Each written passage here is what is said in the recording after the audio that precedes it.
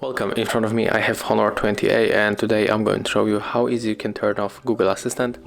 So at the first you have to go for the Play Store, tap on the search pool, type Google, and you have to update Google app to the latest firmware.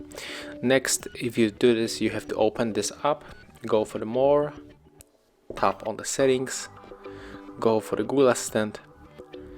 Right now we have to sync in with our account. So we can log in with your Gmail account or just sync in the one that you are actually connected to your smartphone. Next you have to find the general settings, it will be right here.